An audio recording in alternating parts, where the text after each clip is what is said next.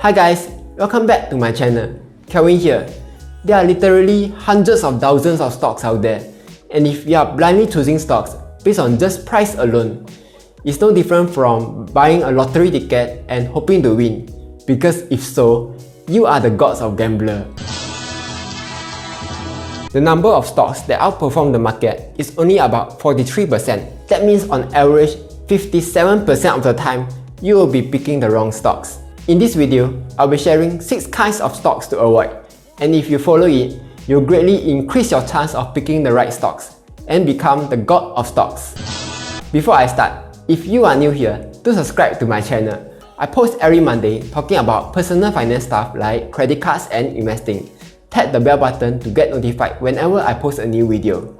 And without further ado, let's start. Number 1. High dividends. Most of the time, whenever a stock gives a yield that is very high, it is a dividend trap. Why is that so? Isn't the higher yield the better? Let's say if I invest in a stock that gives 50% yield, I could make back my money in just 2 years. Isn't it much better than investing in a stock that gives 4% yield? You will need 25 years to make back your money. Yes, it is true. In theory, you could make back your money in just 2 years. But the big question is, how long can they really pay out 50% dividend? Most of the time, the high yield is caused by a massive drop in the stock price. Maybe something bad happened to the company. Take for example, in Singapore, there's a stock called AsianPay Television. At its height in 2018, it was paying about 20% yield. However, the fact was, the company was losing money year after year. In the end, the company had to cut its dividend from 0.065 to just 0.012, causing the stock price to crash. The moral of the story is, high yield doesn't always mean that the stock is a good investment. So, how to avoid dividend traps? There are 2 ways. 1. Check the company's payout ratio. The formula is pretty simple. It is dividends over net income. So if the payout ratio is 100%, that means the company is paying out 100% of its net income. The easiest way to check payout ratio is to go to Morningstar. You can see that for the past few years, the payout ratio was 200+%. The company was actually paying out all of its earnings and even more. Second, compare the stock's dividend yield with the industry's average. For example, in the financial sector like banks, the average is just 4.1%, or technology sector, the average is 1.18%. Any stock that exceeds the industry average by a lot, just be careful. Number 2. High debt companies. This should be pretty simple. Avoid high debt companies. Remember this, no companies have ever gone bankrupt by earning too much money. But on the other hand, companies go bankrupt all the time because they are unable to pay back their debts. How do you know that a company's debt is high? You could use the debt to equity ratio. If the debt to equity ratio is high, that just means that the company is in a lot of debt. And if all of a sudden the company has a problem and cannot pay back its debt, it could just go bankrupt. For example, Flux, a water treatment company in Singapore. The company was sinking into debt, like the Titanic after it hit the iceberg. You might think that it is common sense, avoid high debt companies. But surprise, when the company went bankrupt, something incredible happened. People were actually asking the government to save the company. This is Bill. Bill does not invest in high debt companies. Be like Bill guys, don't invest in high debt companies. Number 3. Company that doesn't have a moat. Huh? What is a moat? 可以吃的吗? If you watch Game of Thrones, you have seen what is a moat. Let me show you. Sorry guys, old habit. Let's fast forward a bit. See this water surrounding Bravos? That is a moat. The purpose of this moat is to protect the country from enemies.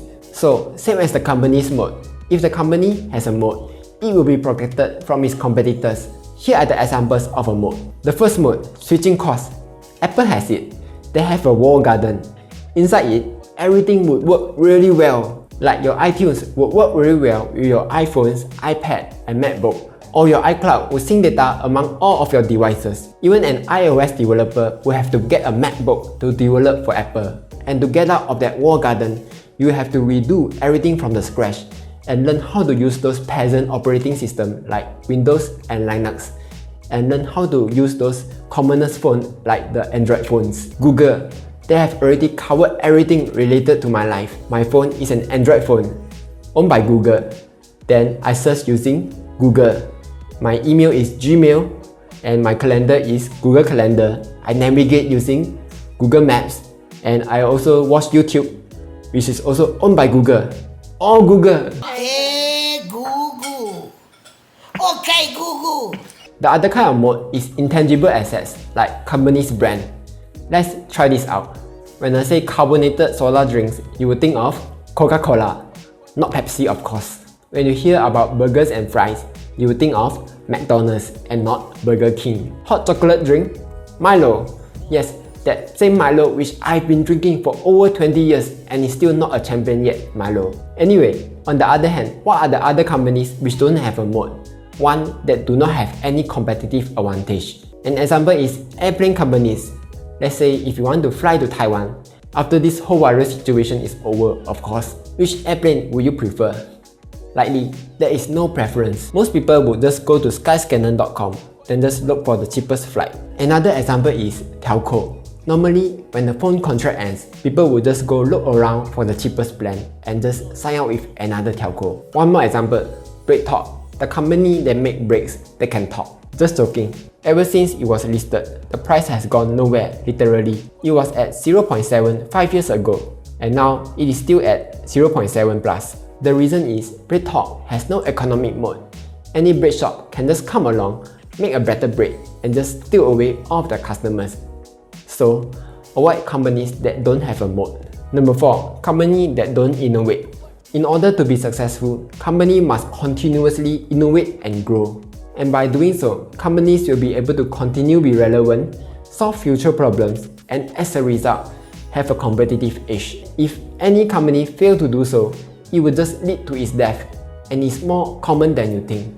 88% of the Fortune 500 companies are already gone. One very famous example is Nokia.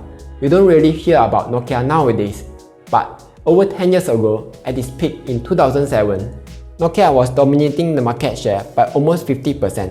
What it means is that in 2007, 1 in every 2 persons was using a Nokia phone. Even the latest smartphone brands couldn't achieve that kind of market share. So what happened? The simple answer is Nokia was being complacent. They did not innovate themselves. They kept making the same phones over and over again. Remember those numpad phones? In the past, you had to type the same numbers over and over again. That is just pure dedication and hard work. Anyway, Nokia thought they were godlike until a new challenger came along, and that was iPhone.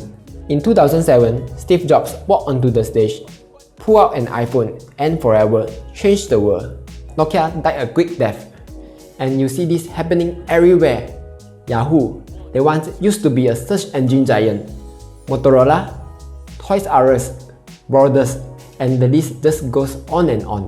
The moral of the story is avoid companies that don't innovate. Number 5. Falling knives. Falling knife is a term in investing where the price drops very fast. You might be thinking, why would anyone want to invest when the stock price is falling? Well, you see, the stock market is irrational. Stocks rarely trade at their real value. They are either too expensive or too cheap. And when people see stock price drops that fast, they will think, it must be oversold. I can now buy in at a cheap price. However, you must be careful because if the stock price falls that fast, there must be a reason for that sharp drop. Take for example, this share, it dropped from 650 all the way down to 380. Maybe then you decided to invest in the stock, and just 2 months later, the stock price continued to fall, and you will get stuck in the stock. Sure, no one knows how the stock price will go in the future. It might go higher or it might go even lower. By the way, you might have already guessed what stock this is. This is Singapore Airlines.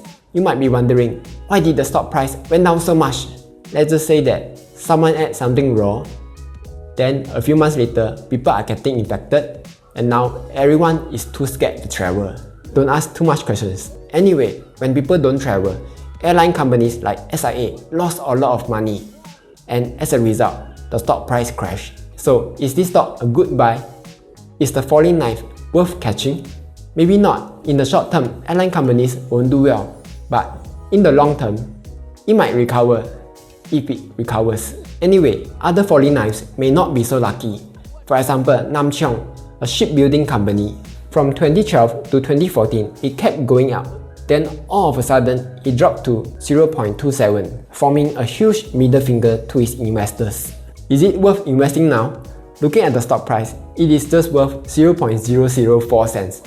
Not even enough to buy a sweet. Basically, the company didn't have a profit and it lost money year after year. So before you consider buying into a falling knife, check why did the stock price fail and whether it has any chance to recover or not. Otherwise, stay far away from falling knives. Number 6. Penny stocks. Penny stocks are super cheap, like 10 cent, 20 cent kind of cheap. Oftentimes, when I tell people to buy stocks that are over $10, like DBS, which is currently trading at $20, they tell me it is so expensive. But they forget that expensive stocks are expensive for a reason and cheap stocks are cheap for a reason. Like Bata shoes are cheap, but is it as good as Nike? Of course, Bata shoes are as good as Nike shoes. See how white they are. Your best friends can step on it and decorate it with their own shoe prints. Can they do it with Nike shoe? No, of course not. But seriously though, cheap stocks are cheap for a reason.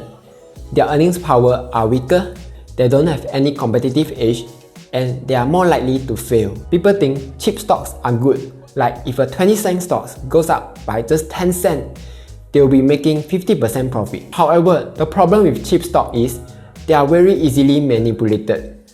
The term for it is pump and dump. People would just pump up the stock price, which would gather more interest. And the higher the interest, the more buyers there are. The more buyers there are, the higher the stock price will go. And it will go higher and higher. Until one day, they quickly dump off all the stocks, causing the stock price to just crash. That's what happened to Lion Gold. In just a few months, the stock went up over 800%. Then it crashed in just 3 days and investors lost a lot of money. If you want to invest your money, which you have exchanged your life for, avoid penny stocks altogether, at least until the company has a proven track record that it can succeed. Then you can invest your money in it. And just by avoiding these 6 kinds of stocks, you'll greatly increase your success rate at picking stocks.